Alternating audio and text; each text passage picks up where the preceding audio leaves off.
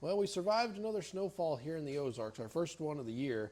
And I'd bought this a little while back on eBay. It's an old Coleman stove, and I wanted to show you guys exactly how it works and why you might be interested in one of these. So come on over to the bench and let's take a look at it together.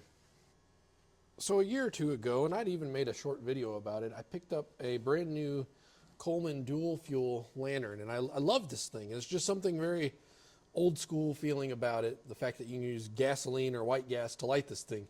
You can see I've robbed the plunger off of it. I had to put it on this. I've got a new one on the way though, don't worry, because this one had failed. Well, this here is a Coleman camp stove that also works in the same way, dual fuel.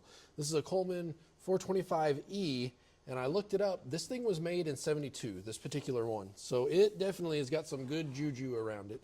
And I wanted to share with you guys today exactly how to light this and explain why something like this could be useful.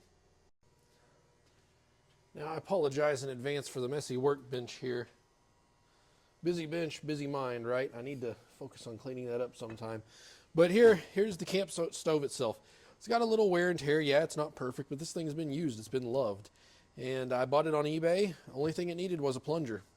They sold it as is, unknown. So I took a chance and found out that's all it needs. So I'll make a video on how to replace that plunger here at some point. But you can see all there is a simple latch here. Well, before I even do that, let me show you. It's got a little carrying handle like this. Everything is self-contained in the case. This is actual, it's got to be some sort of steel, painted steel. Of course, the traditional Coleman green, right? We got a little latch up front here that we need to undo. Flip the lid up. We've got a cooking grate. In this model, they actually updated it from the older one. It just sat on top. This one actually has some hinges it rides on, so you can just flip it up and out of the way. This right here is our gas tank. This is the lid, just like a lantern. You unscrew it. In fact, we'll go ahead and do that so we have a fresh start here. You hear a little hiss there. That's pressure being let off in the tank. So you fill it with either your white gas or your unleaded. Screw your cap on. Make sure you get it good and tight. It's a little slippery. I gave it a little bath the other day. So what we're going to do is we're going to take this, and you're going to see there's a little protrusion here. We need to stick it through the front of here and line it up to go into this hole. There are two little pegs here that it'll catch on, and that'll sit in there just like that. Now, to prep this thing, obviously, as I mentioned, let's fill it up with fuel first. Fill it up as far as you want. Try not to spill or whatnot. Let's make sure our lever here is in the upright position. And now we're going to screw the knob to the left, just like you're taking off a cap. There's a little vent hole on top of this. You need to put your thumb over it and pump this up 40 to 50 times. I like to do 50.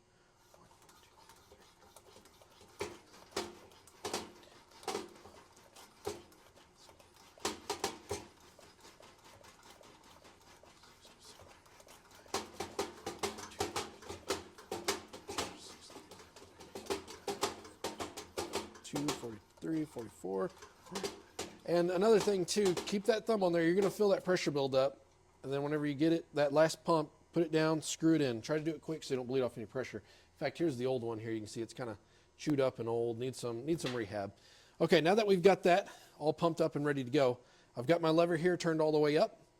Now what we need to do is we need to turn our fuel on. And all we do to do that, simply turn this to the left. You may hear a little hissing coming out.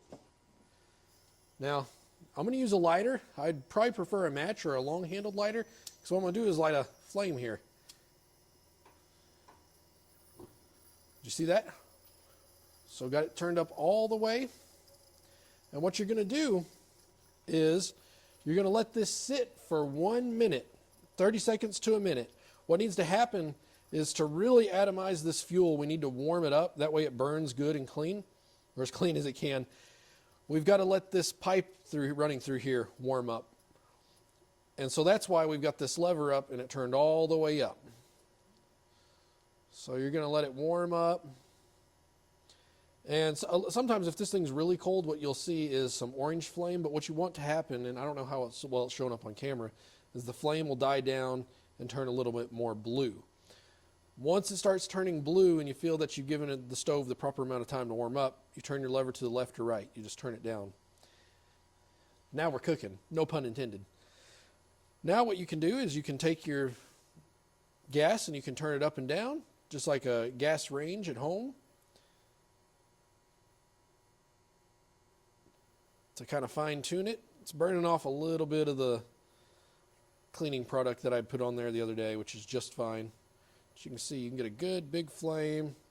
You can turn it way down to where it's not near as high and hot. And then also, we want to turn this thing all the way up. We have a secondary burner over here, you're going to notice.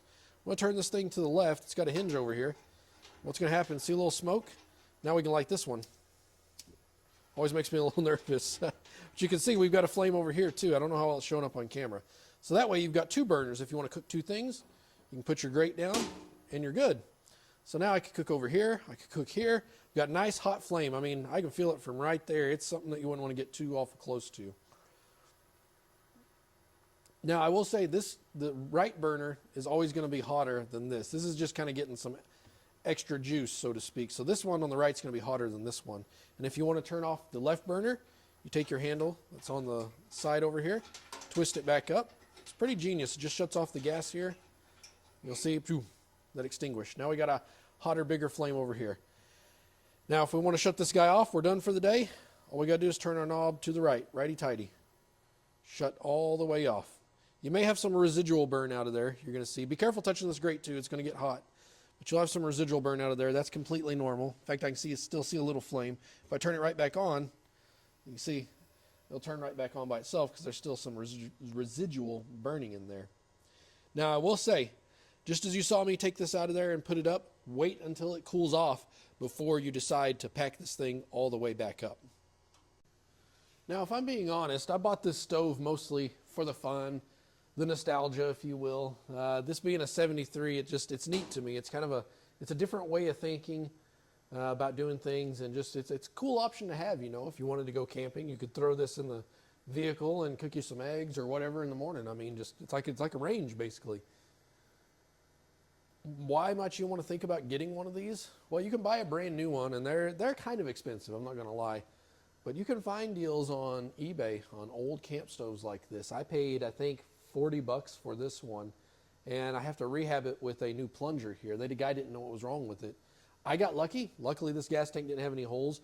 User discretion. I mean, whenever you're doing your research, try to look at the condition and pick one that's in fairly decent condition. This one was. So I got lucky that all I had to do was buy a 15 plunger. So I'm into this for $55. I've got a cool little stove, and boy, let me tell you, if the power goes out and you have all electric like I do, it's a good little option here. We could come out to the shop and we could cook something with a pan and not have to rely on just eating stuff from an air fryer and whatnot all the time. We could actually cook some proper meals with this. All right, guys, thought you might enjoy this short. I'll make a little video on the plunger and maybe how to make these things airtight, so to speak. Maybe a rehab, refurbish of this, because it probably could use a little bit of cleaning up and whatnot, just to break down, show you how it works. But I don't think that I'm going to paint it just because it feels wrong. Something of this vintage, all the little marks and pieces of flakes of rust and paint peeling and whatnot, it feels like it tells a story, so I'm going to leave it just as it is. Guys, I appreciate you checking out the video. If you got any questions about it, or if you got any cool stoves like this that you got a good story with, please leave them in the comments. All right, until next time, take care.